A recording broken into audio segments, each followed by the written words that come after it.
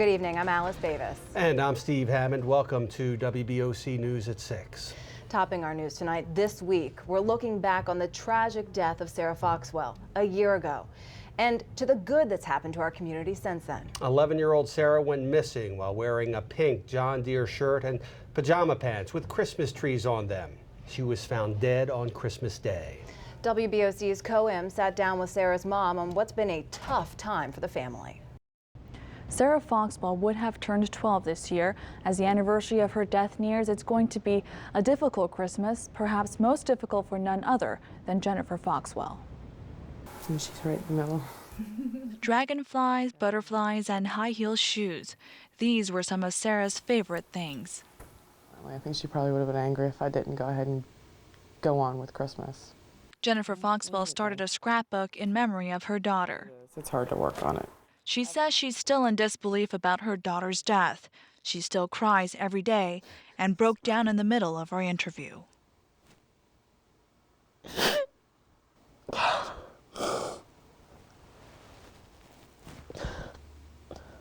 That's the part that when I sit and talk about things like that, that's when I realize it's real.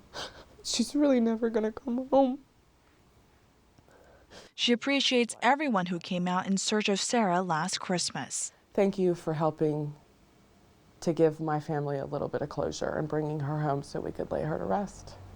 Thank you from the bottom of my heart. Sarah wanted to be a reporter when she grew up. What would she ask you if she were sitting in my seat? Honestly, I can't even answer that because I just never knew what was going to come out of that child's mouth. And that's the truth. Foxwell says she'll be at Sarah's murder trial every day next year, but she's not looking forward to facing the accused killer in court for the first time. Really difficult.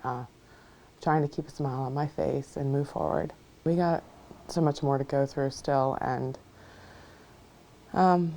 we all need to lean on each other right now.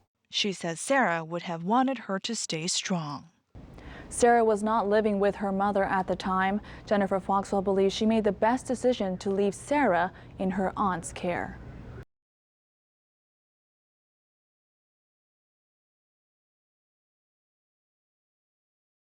In October, new laws were passed to toughen up sentences for sex offenders. As WBOC's Co-Im reports, it's a big part of Sarah's legacy.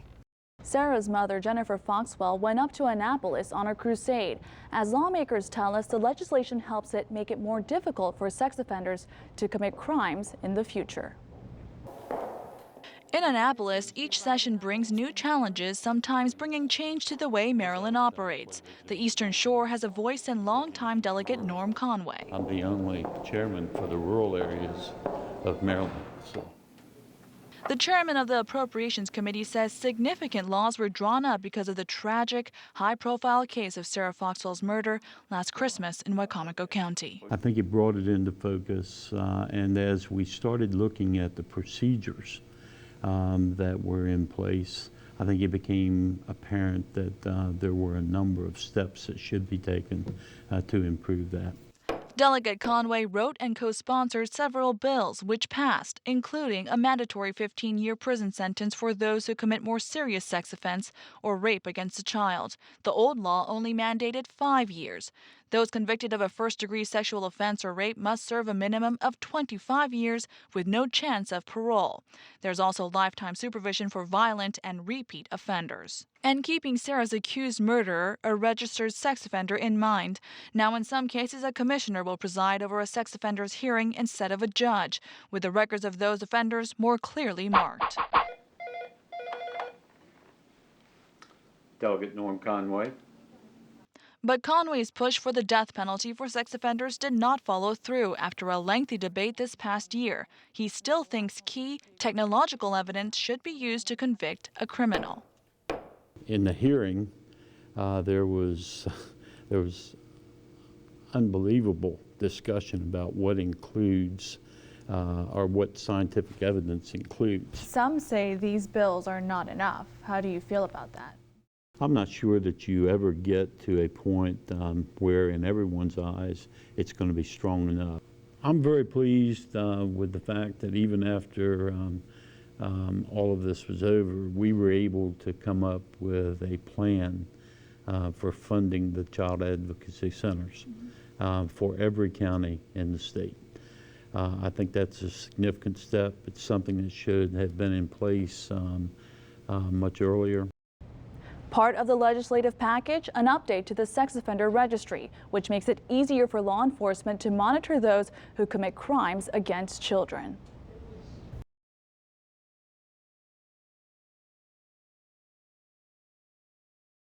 Well, it was one of the largest searches in Maryland, a search that sadly ended with the discovery of 11-year-old Sarah Foxwell's body.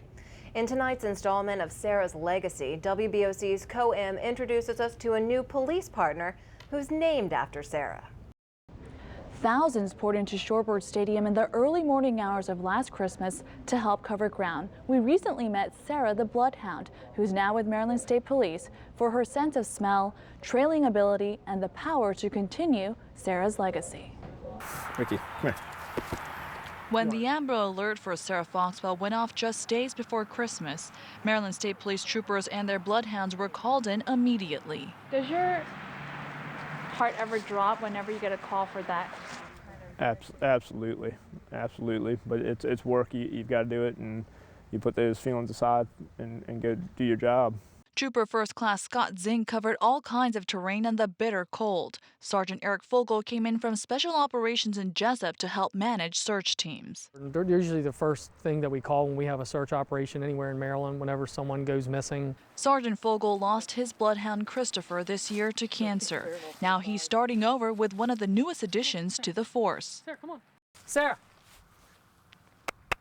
Come here, Sarah. Good girl. That was a good runaway. This is actually good training. That's how we start training them. MSP troopers and handlers, heartbroken after Sarah was found dead Christmas Day, came up with an idea to keep Sarah's memory alive. That was kind of the consensus, and they all thought that was a good idea, and I thought that was a good idea too. So we decided to, name it Sarah. Sarah's family obviously was contacted, and thought that was a great idea to kind of honor her memory a little bit. Bloodhounds are a big part of handlers' lives. They're like family. This Christmas, Sarah will stand by Sergeant Fogel's side. Every day, he's reminded of her namesake. I didn't know it would be such a response when I was naming it, but it was a really, really positive response because I live in Western Maryland, so I thought this would be a good idea since it was a case that I had helped with. Sarah the Bloodhound will be trained by next summer to go on searches.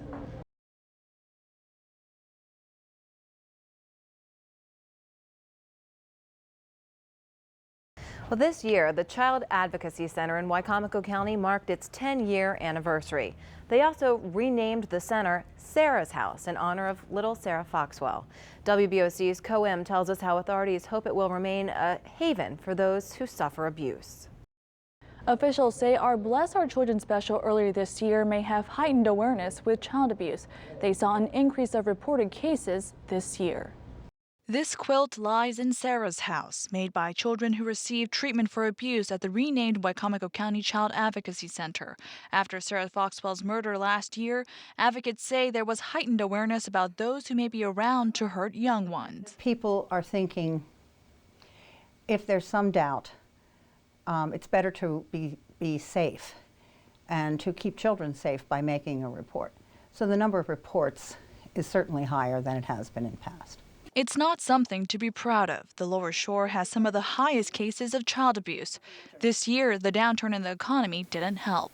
We know that child abuse goes up in times of economic uncertainty. People feel very insecure about their jobs and their lives.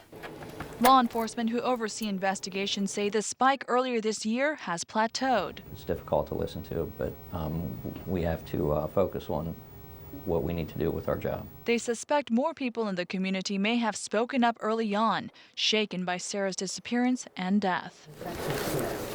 For January and February, it may have been due to that, but I guess now that they've leveled out, if one can feel good about that. And no one realizes how serious the issue can be. And by keeping her name attached to this building, that means that people will always remember. And keep Sarah's house a place where children are heard and believed. Another reminder from Sarah's House, don't leave your child alone ever with a stranger. If you'd like to report a case of child abuse to Sarah's House in Wicomico County, you can call 410-713-3497, press option 1.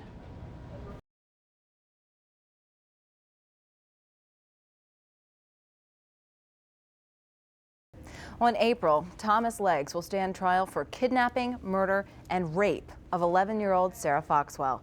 In this final segment of Sarah's legacy, WBOC's Co-Em previews the trial and the prosecutors who hope to convict him.